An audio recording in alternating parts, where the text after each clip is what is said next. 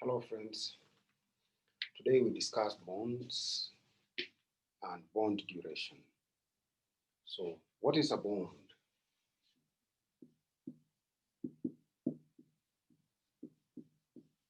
A bond is a borrowing, and this is borrowing by the issuer of the bond. So it's a borrowing by the issuer, and this issuer can be government, it can be corporates, or it can be municipals. These bonds are issued at a fixed rate, and that's why you hear of fixed income securities.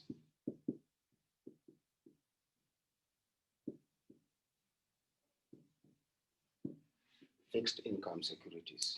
They are contractual in nature. So there is a contract between the bond issuer and the bond investor. The bond investor is the person who buys the bond. They are also long-term in nature, and that's why we call them bonds. So long-term, and when we say long-term, we mean greater than 1 year. If it is less than 1 year, we call it treasury bill. Next, this contract we are talking about between the bond issuer and the bond investor, that contract is called the bond indenture. That is the bond contract, the bond indenture. So when you look at bonds, you are looking at a borrowing. It's a financial claim. So you have a piece of paper, you give out money to the borrower, then the borrower gives you a piece of paper. That is your claim. That is your claim. So in future, you will present this piece of paper in exchange for principal on maturity. If it is a zero coupon bond, you will get back your principal. And it is principal plus the embedded interest rate or the interest payment, because zero coupon bonds are sold at a discount. And that's why some books say pure discount bond. Now, if it is a straight bond, then what happens is on maturity, you will have received periodic interest payments over the years. Then on maturity, you receive the last periodic interest payment plus the principal. So you will have received back all your money. Now, we have many types of bonds. We have the zero coupon bonds, the zero coupon bonds. It means it is issued with a coupon rate of 0. That is why we call it a zero coupon rate. So it does not pay periodic interest. Then we have straight bonds. Straight bonds are the bonds that have the periodic interest payments. So if it is half yearly, every half year you receive your interest payment, and year you receive your interest payment. Unlike the zero coupon bonds or pure discount bonds, as some books call them, pure discount bonds. Pure discount, because they are sold at a discount. Straight bonds, what you do, you invest the principal. That principal will be paid back to you on maturity. But before you get back your principal on maturity, you will have received periodic interest payments. Then we also have bonds called junk bonds. Junk bonds are basically below investment grade. So This is below investment grade bonds. The bonds issued by companies that have been rated as below investment grade. So those ones would be called junk bonds. It can be a zero coupon bond, it can be a straight bond, but because the company issuing the bond is rated below investment grade, it is called a junk bond. Yeah. And tends to be issued at very good interest rate. So the coupon for this coupon rate is normally high. Yeah. High to take care of the risk because of the grading or the rating of the company. Then we also have what is known as convertible bonds. Convertible bonds are bonds that you can convert into other securities. Say you convert this bond into equity. So you'll have a conversion formula. Yeah. So if it is in your favor as the bond investor, then you have the motivation to convert it into equity. But you must also appreciate that a bond is a borrowing by the issuer, so you are a lender to the issuer. Lenders at times tend to have collateral. So if you have a covered bond, a bond with collateral, and then you change this into equity, equity tends to have high risk. So you are changing it from a bond where you had collateral. In case of default, you can sell collateral and get paid. You change it into equity where we talk of a residual claimant. Now, as a residual claimant, you only get money after those ranked above you have been paid. Then we have what is known as puttable bonds. Sorry. Puttable bonds. A puttable bond gives the holder the right to redeem. So the bond investor holder can redeem. You can redeem the bond before maturity. Yeah, and it's normally at specified dates. You just don't wake up and say, I want to redeem. It is at specified rates. So you compare puttable bonds to callable bonds. The callable bonds are called by the issuer. It is the issuer who can redeem. And the issuer will redeem when it is advantageous to him or her or to the company. When interest rates generally go down, then the issuer is motivated to redeem the current bond, which is at a higher rate, and replace it with a new bond, which is at a lower rate. That is when it makes sense to call the bond.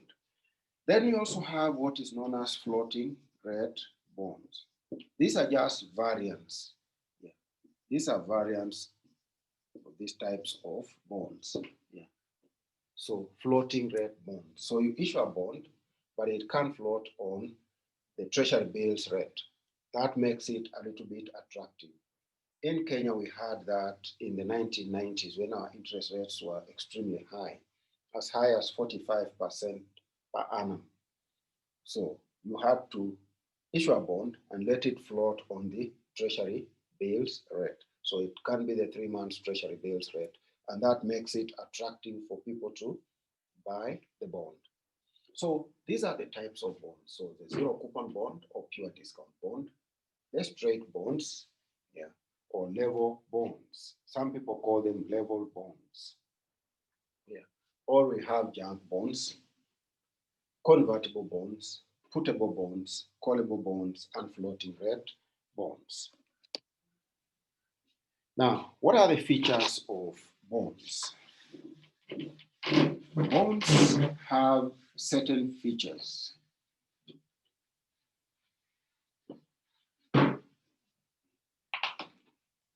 So features of bonds. So one, you have the par value. Par value.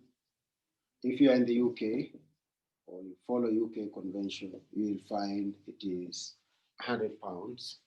If you are using the US convention, you will find it's $1,000. Then it has, that is one. Two, it has a coupon rate. It can be zero, yeah, coupon rate is zero, so zero coupon bond, or it can be 4%, 5%, 10%. That is a coupon rate. Three, we'll have maturity. It can be a 3-year bond, 4-year bond, 5-year bond, 30-year bond, yeah, or even a perpetual bond. Yeah. We have perpetual bond, so a bond without maturity. Now, these ones are called consols. Yeah. Issued by the Bank of England, that is the best example we have, issued by the Bank of England. So perpetual bonds or consols. These are bonds without maturity. So these three features remain constant. When you are looking at bonds, those three features will remain constant. So the only thing that changes when we are looking at bonds are interest rates in the market.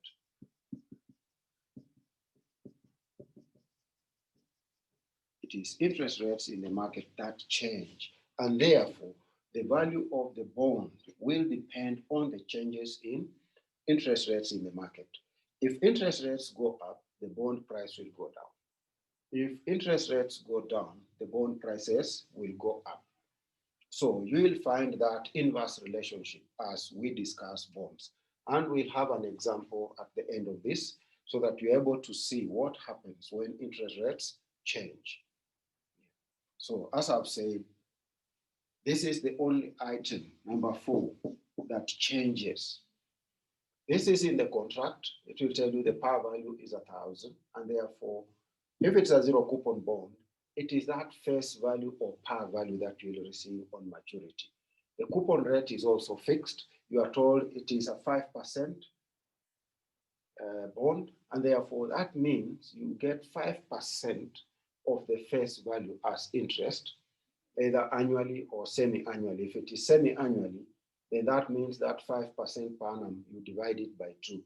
Get half in June, then the other half in December, if your year starts from January to December. Then maturity. If maturity is 5 years, the bond issuer cannot wake up and change the maturity to 10 years because he has difficulties. Yeah. He can only change the maturity of your bond if it is a callable bond, and it is very clear, yeah, in the bond contract that this is a callable bond. So they can call it before maturity. Otherwise, these three features remain constant for the life of the bond. Now, who are the issuers of bonds? Like I said, the issuers of bonds are government. Yeah. And you see treasury bonds. Yeah. Perhaps the biggest market in the world is of treasury bonds by mainly governments. Then we have corporates issuing bonds. And we also have municipals. Yeah. We have municipals issuing bonds. Now, the government bonds in most cases are treated as risk-free. So you don't have to worry about the default risk. But when you come to corporates, the corporate bonds, companies have different credit rating. So when you look at the rating, some companies are rated AAA. Yeah. AAA, the risk of default is low. But when you come to companies that are below investment grade, yeah, below investment grade, then the risk of default is there. Yeah. So when you come to the issuers, if it is a corporate, then you have to appreciate, yeah, that these corporates can default on the bond. However, for government, like I said, it is treated as risk-free. Municipals can also default unless their bonds are guaranteed by national government. That is where you get some comfort if it's a municipal bond, that it is guaranteed by the national government. If it is not guaranteed by national government, then you must also appreciate that a municipal can default.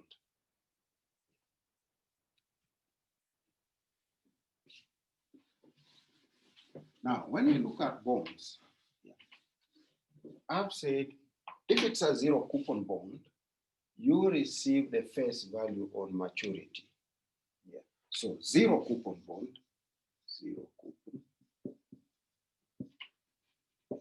You receive face value on maturity. And therefore, it's very easy to value a zero coupon bond. Yeah. It is basically the face value over 1 plus the market rates times N. So you discount it and get the price of the bond. So if it is a US bond, say 1,000, and the interest rates in the market are at 10%, yeah, so 1.10, and the period N is say 3 years, then it's 1,000 over 1.10 power 3, we'll get the discounted value. Yeah, you'll get the discounted value. And that is the price that you are going to pay. Yeah. So you will pay this, but on maturity, you receive 1,000. Yeah. That's what you receive on maturity. So the difference between the price you paid and the face value, yeah, that gives you your return. So you can now compute your return. What was my return on my zero coupon bond? The difference between the price you paid for the bond and what you received on maturity, which is the face value. If it is a straight bond, what happens with a straight bond is that a bond is basically an annuity. What happens is you get periodic coupons. So periodic coupons will be given by that. So if the coupon rate is 10%, the bond par value of face value is 1,000. Then that means what you are going to get as your periodic interest is RC, the coupon rate multiplied by the bond, and then you discount it. If that is the first year, you go to the second year, you also discount it. Go to the final year, discount it, 1 plus R power N, plus you get back the par value. So 1 plus R power N. Yeah. This will give you the price of the bond. That you will be receiving periodic interest. So it is this one. You discount it to the present. And therefore, the price of the bond is the discounted cash flows. You discount the interest that you receive periodically, discount this to the present, discount this to the present, discount the par value to the present, and you get the present value. That present value is the price of the bond. Yeah. So if it's a 3-year bond, you discount all this, yeah, to the present to get the price of the bond, something that we'll do at the end of this lecture. We'll try to value a bond.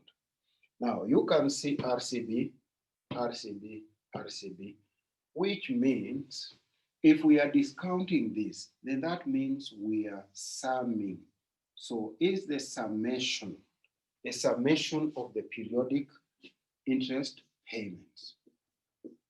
So year 1, year 2, year 3, we sum that, the discounted figures to the present. T plus B 1 over 1 plus R power N.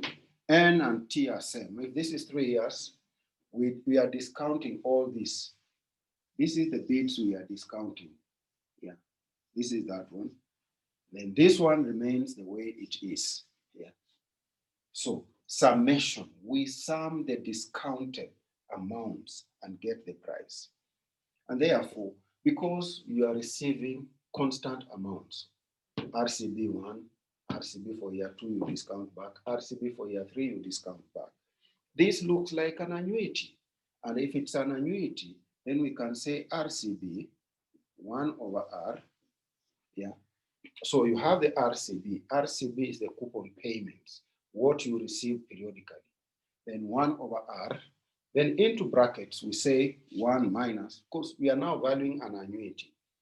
1 over 1 plus R power N, close that bracket. So the annuity payments, these RCBs are the annuity. 1, 2, if it is 3 years, 1, 2, 3. That is the annuity. Then outside the brackets, we add the power value, 1 plus R power N. So we have the price of our bond valued as an annuity.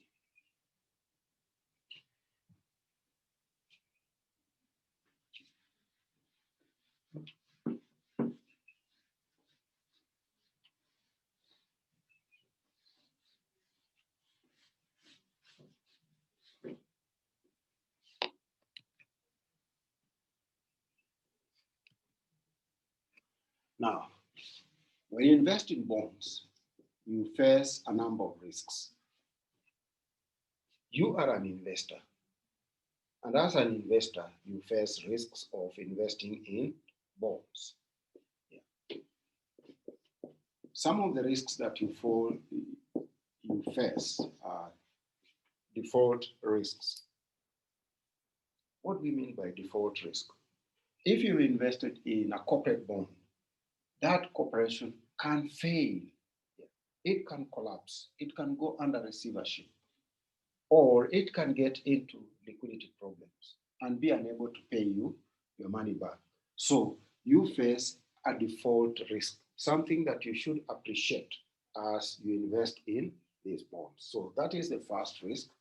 The second risk is interest rate risk. Interest rate risk. Now, I say when interest rates go up, the bond price goes down.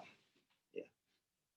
So if interest rates go up and the bond price comes down, you suffer capital loss. You suffer capital loss as a result of interest rate changes. If interest rates come down, then the bond price goes up and you end up with a capital gain. So the same way you get a gain is the same way you get a loss if interest rates go up. That is the inverse relationship we have between interest rates and bond prices. So it is a risk we'll have to appreciate that if interest rates will go up, then you are going to get less in terms of capital. So you suffer losses. The third risk that you face as an investor in bonds is inflation risk. Inflation basically erodes the value of your money. So if you are going to receive 1,000, at the time you are getting into this contract, inflation was at 4%. Now, at the time you are receiving back the money, inflation is at 10%. It means inflation will have eroded your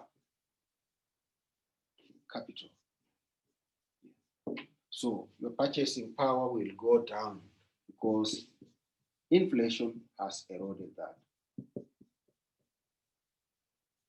So it's also a risk that you should appreciate when you invest in bonds. The other risk is exchange risk. Now, exchange risk arises if you invest in a different currency. For example, you are a US investor So you send dollars to Kenya to invest in a Kenya shilling bond. Yeah. Today, say the exchange rate is $1 equals to 103 Kenya shillings. Yeah. The time your bond matures, the interest rate might have moved against you, that $1 is equivalent to Kenya shillings 90. Yeah. So in this case, you put in 103, but when you get back your money, you are getting 90. Why? Because interest rates have moved against you. They've moved. The Kenya shilling has appreciated. That is what we are saying. So that for $1, you are now able to get 90 Kenya shillings. Previously, $1 could give you 103 Kenya shillings. So you face exchange risk in this circumstance. The other risk that you face is liquidity risk. Yeah. You face a liquidity risk.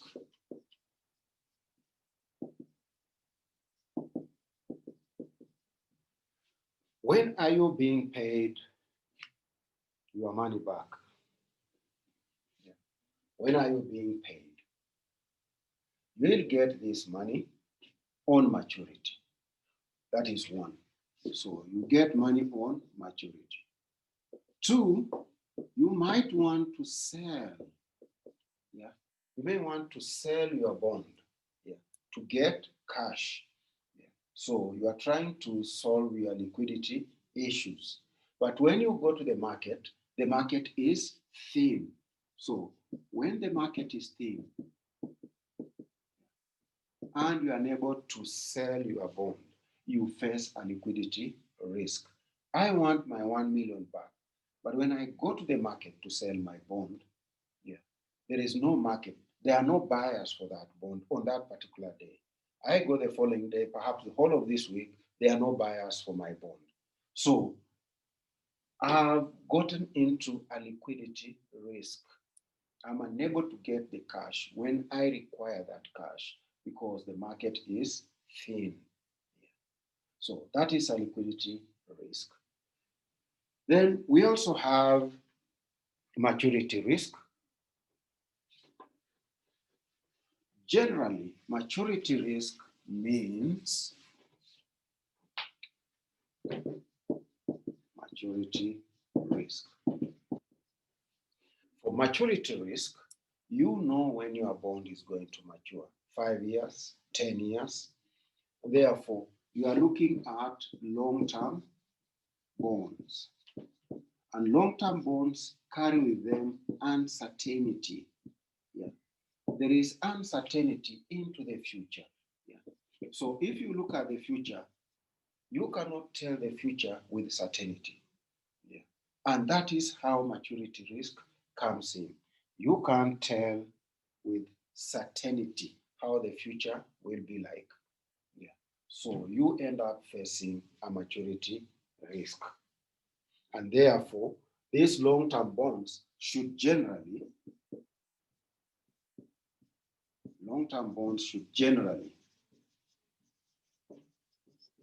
should offer higher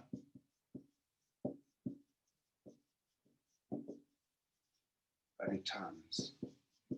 Those higher returns reflect the fact that you appreciate the risk into the future. Yeah. And because you appreciate the risk into the future, you are actually appreciating the maturity risk that you face. So then, we've looked at what bonds are. We've looked at the types of bonds. We've looked at how bonds are valued. We've looked at the features of bonds. We've also looked at the risks you face if you invest in bonds. Now, let us look at the bond contract and what is in the bond contract. And then we'll do an example. We'll compute the price of a bond. So, the bond contract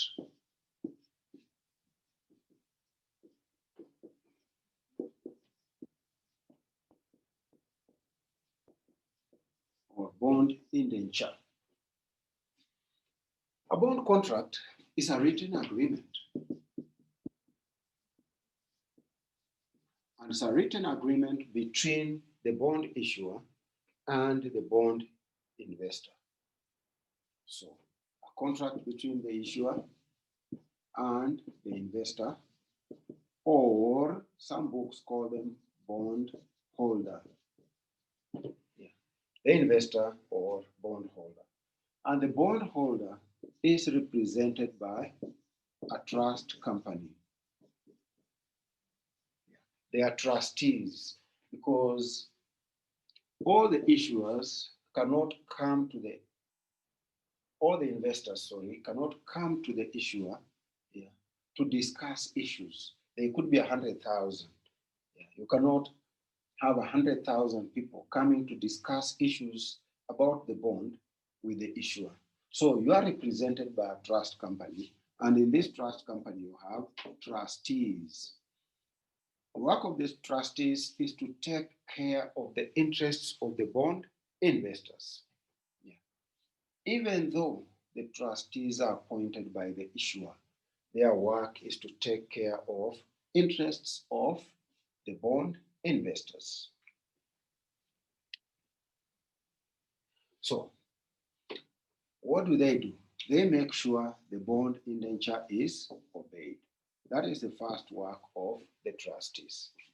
2, they also manage the sinking fund.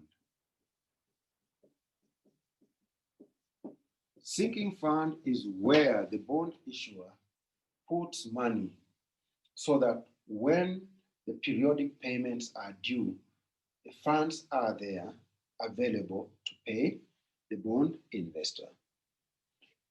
3, they represent the bond holders or investors in case of default.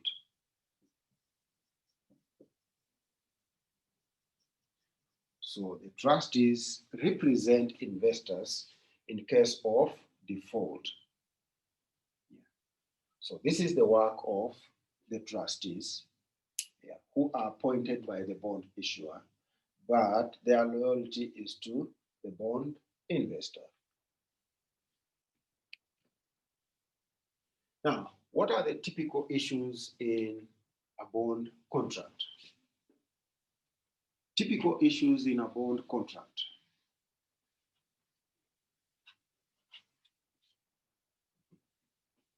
So you will have the basic terms.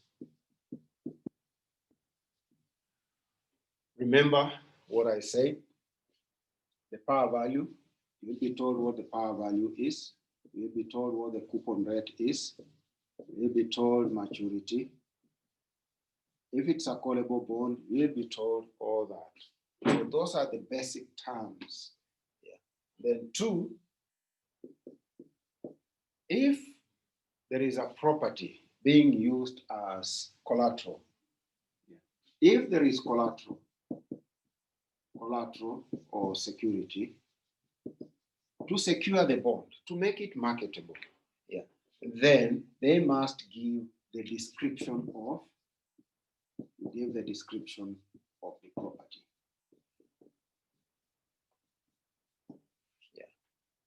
If there is no property available being used, then that one is called a naked debenture. Where you have property, then it is a covered debenture. It is covered because there is collateral. It's naked because there is no collateral. Then 3, the bond indenture will also give the details of protective covenants.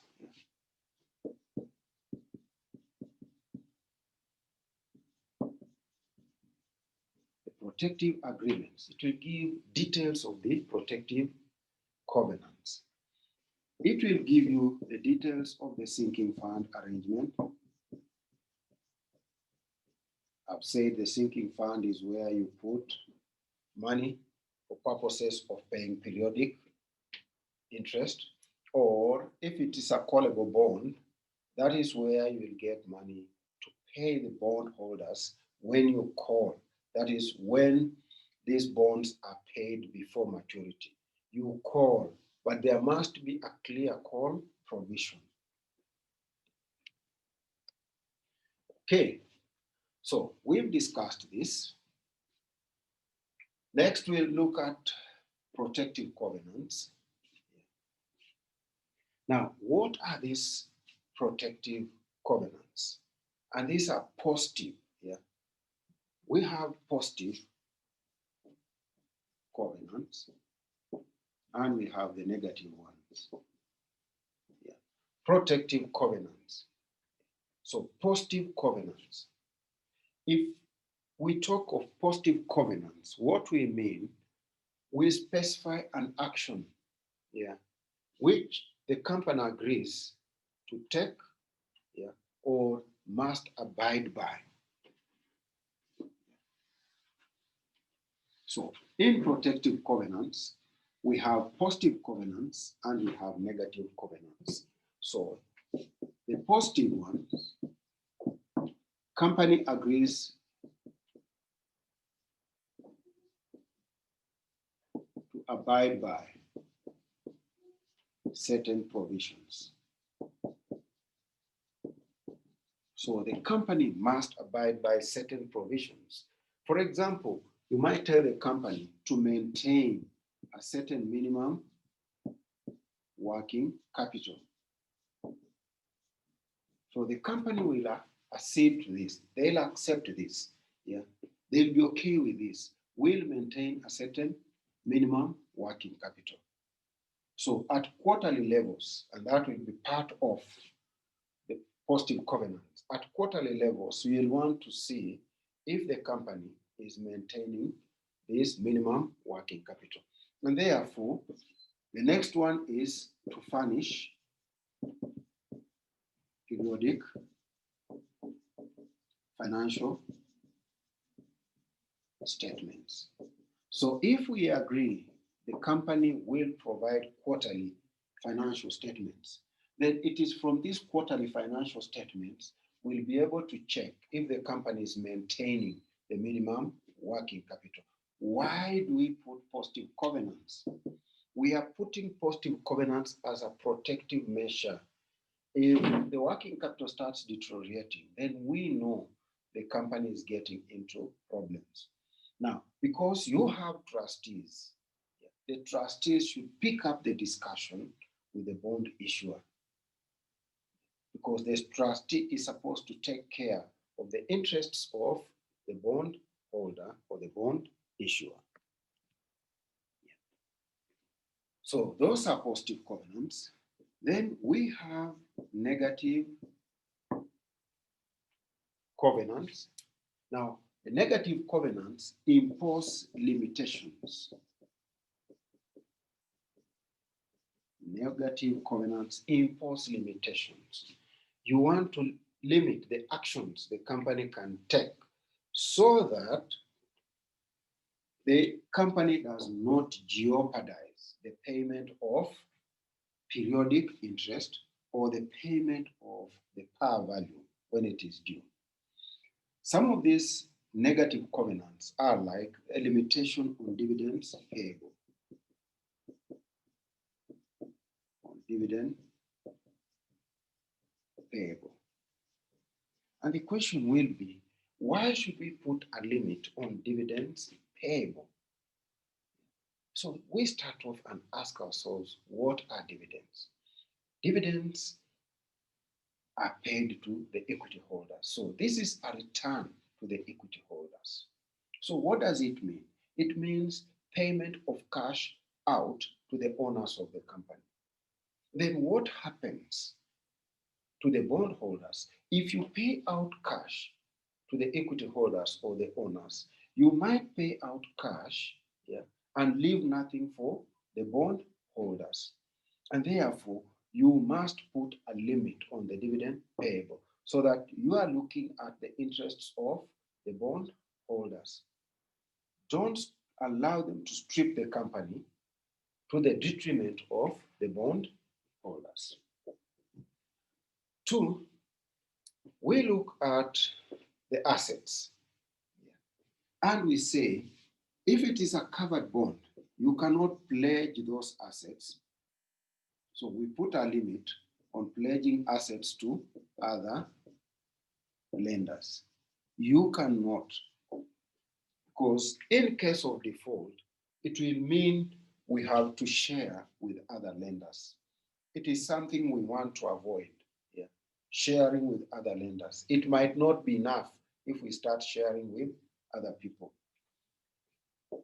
3, we also limit, yeah, the chances of these people getting into mergers. So we say cannot merge. Yeah. Why are we saying cannot merge? If you merge, the new company that will come up might not accept the debt that you had with the bondholders. So we try as much as possible to limit, yeah, chances of the bondholders losing funds because of actions of the company or actions of the issuer. We'll also put a limit and say you cannot issue additional debt.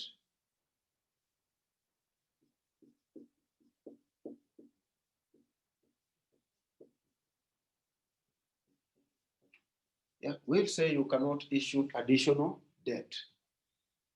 If you issue additional debt, the danger is we are again sharing, because additional debt means additional funds going to other lenders. Because you've taken on new debt, the new lenders will start sharing in the cash flows that the company is making. That is why you have these negative covenants to impose limitations and protect the bond investors.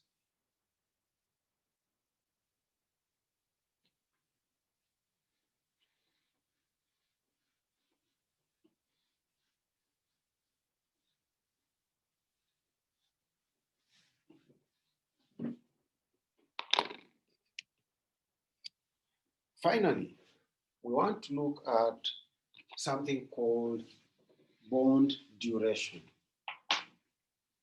Bond duration.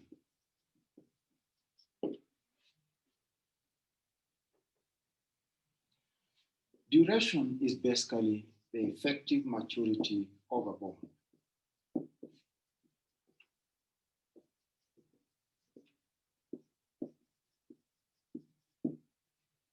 If you have a zero coupon bond, that bond matures in 5 years, and you receive one bullet payment at the end of year 5, which means the effective maturity of a zero coupon bond is it is time to maturity. What of level bonds or straight bonds? Because the straight bonds pay periodic interest. For example, you have a 3-year bond. If you have a 3-year bond, in year 1, you will receive RCB, the coupon rate, yeah, multiplied by the bond par value. So that is for year 1. RCB2, that is the periodic payment for year 2. Then in year 3, you receive the periodic payment for year 3 plus the par. Of course, we discount this 1 plus R, 2, 1 plus R, power 1, 1 plus R, 3, then discount this 1 plus R, power 3. Yeah. We are discounting this. So these are the periodic payments. Yeah. Final year, you have the periodic payment for year 3, plus you get the face value. So is the duration of a level bond, a 3-year level bond, yeah, 3 years. Is the duration 3 years? The answer is no. Why? Because by the time you get to year 3, yeah, on this bond, you've received cash in year 1, you've received cash in year 2. So when you get to year 3, you are getting the third payment. And therefore, the duration of a 3-year bond, yeah, duration of a 3-year bond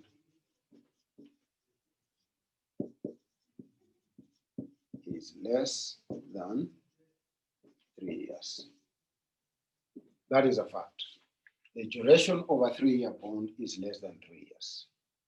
But the duration of a zero coupon bond is it is time to maturity, because the zero coupon bond receives a bullet payment at the end. It does not receive the periodic payments. So duration is the effective maturity, which we have here. That is one. We also look at duration as sensitivity of bond to changes in rates. We can look at the sensitivity of this bond price to changes in coupon rates or to changes in market interest rates. How sensitive is a 5-year bond compared to a 3-year bond? Which one is more sensitive to changes in rates? Yeah. That is also duration. So effective maturity of a bond or the sensitivity of a bond to changes in rates. That is what duration is about. Now, duration is very easy to compute, and I'll show you with a practical example. So we want to do a practical example and compute the duration of a bond. And I'll write the question on the board.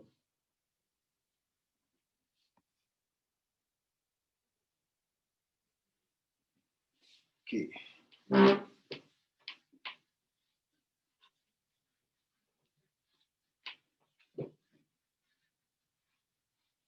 So our question is, we want to find the price of a bond. Yeah. So consider a bond with par value $1,000. Annual coupon rate. So pays coupons annually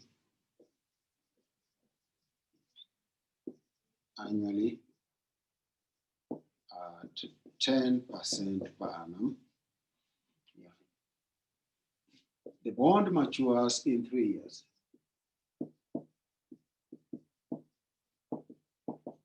In 3 years. The current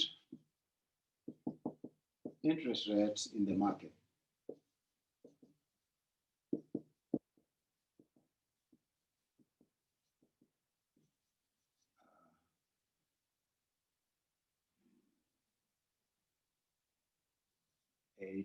% per annum.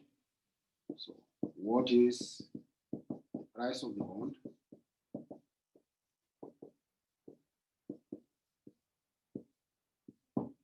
And then 2, what is the duration of the bond?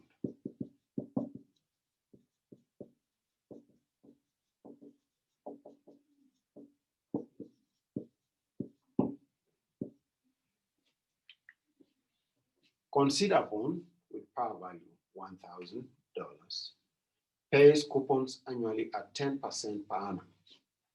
The bond matures in 3 years. The current interest rates in the market are 8% per annum. What is the price of the bond? That is first part. And the second part is, what is the duration of the bond? So part 1, recall we said for these level coupon bonds, the formula is for an annuity here. So you are saying you want the price of the bond, and the price of the bond is given by the periodic coupons that you get over 1 plus R, then into brackets we have 1 minus here. So this is an annuity.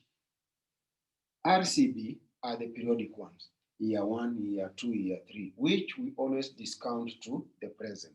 So present value of the annuities. Yeah. 1 minus 1 over 1 plus r power n. So we've finished with the annuity, and then we add the power value discounted to the present. So for our case, RCB, the coupon rate times the bond power value. RC is 10%. 10% multiplied by power value, 1,000. That gives us 100.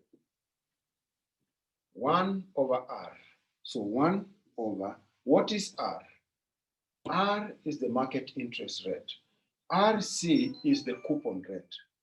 So market interest rate is 8%. So that is 0.08. Into brackets 1 minus 1 over R 8. So 1.08 power 3 plus 1,000 over 1 plus, this is 1.08, 1.08 power 3. So then get the value of this bond. So if you come to the first part, using a basic calculator, you want to use a basic calculator, and allow me to grab this. So you have 100. So 100 multiplied by 1 over, so let's get 1 divided by 0.08. That gives you 12.5. Yeah. So 100 times 1 over this. Then in the brackets, you have 1 minus 1 over 1.08 power 3 plus 1,000 over 1.08 power 3. So this is 1250 multiplied by 1 minus. So we need 1 divided by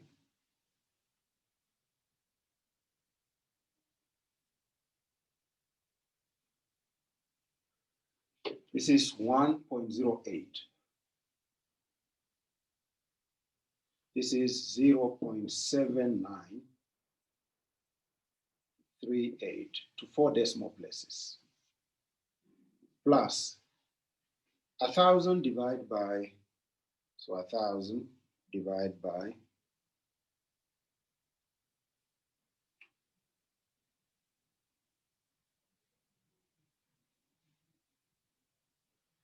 this is 793.83.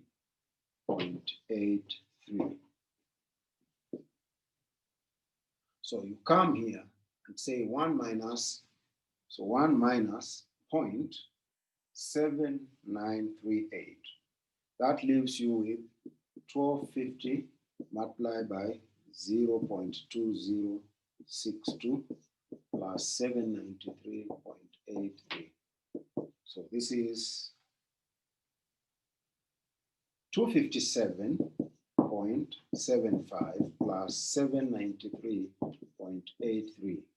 If you add this, you get 1,051.58. That is the price of our bond. In the next video, we'll do this practically. We'll be able to practically value bonds using Excel.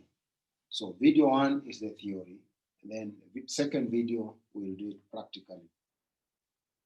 Now, the price of the bond is 1,051. Now, there are some principles that we need to know. What was R, which is market interest rate?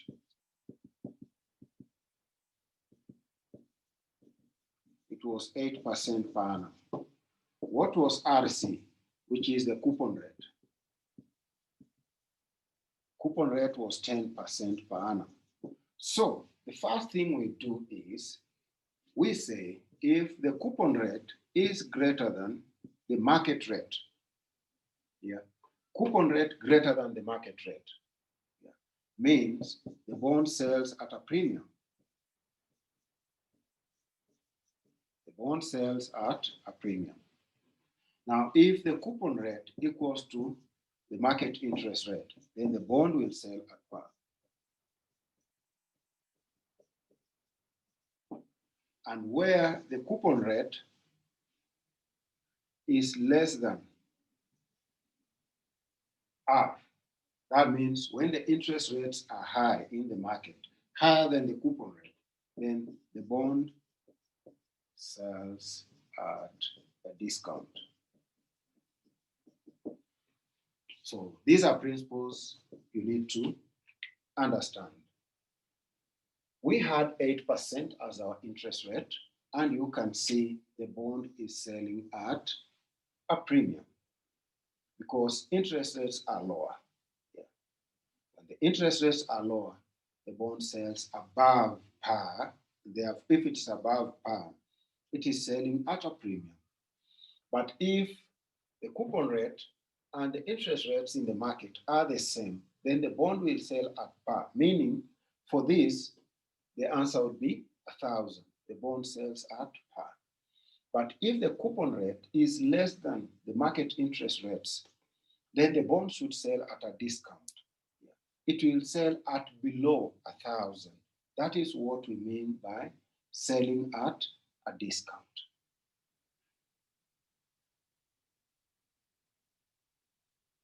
So this is how you compute the price of a bond.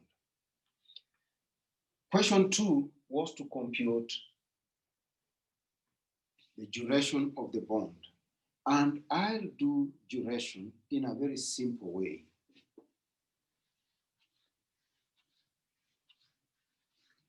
I'll compute duration in a simplified version using column. So I'll use time 1, 2, 3. Then I have the coupon. Then I have the present value of the coupons. Then the present value of the coupons times the time. So I know the coupon payments because par is 1,000, RC is 10%. So the coupons 1,000 times 10, that's 100. That's what you get in year 1. You get 100 in year 2. Then in year 3, you get 100 and get back your par. So 1,100. Then what we do next is to discount this. So we want the present value of the coupon. So discount this 100 at 8% because we are told R is 8% per annum. So you come to 100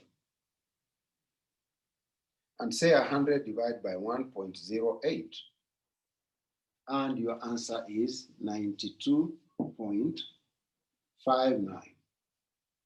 Then you come to the second payment, 100, discount it to the present. This is second year, so 1.08 power 2.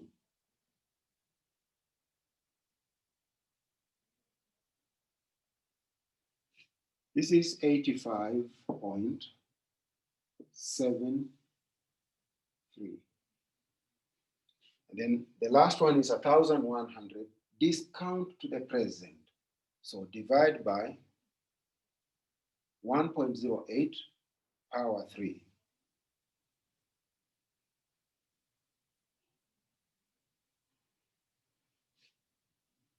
This is 873.21. Sum that.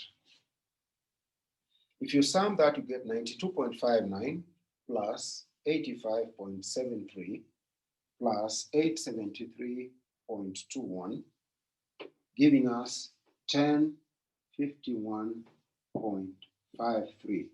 And that is what we got as the price of our bond, 1051. Now, the next thing you do is to multiply the present value of the coupon, so 92 times time. The time is 1. This is a 3-year bond, so time is 1. So you get 92.59. You come to the second year, 85.73, multiplied by 2, you get 171.46. Then the third year is 873.21 multiplied by 3. You get 2619.63. Sum this. When you sum that, you get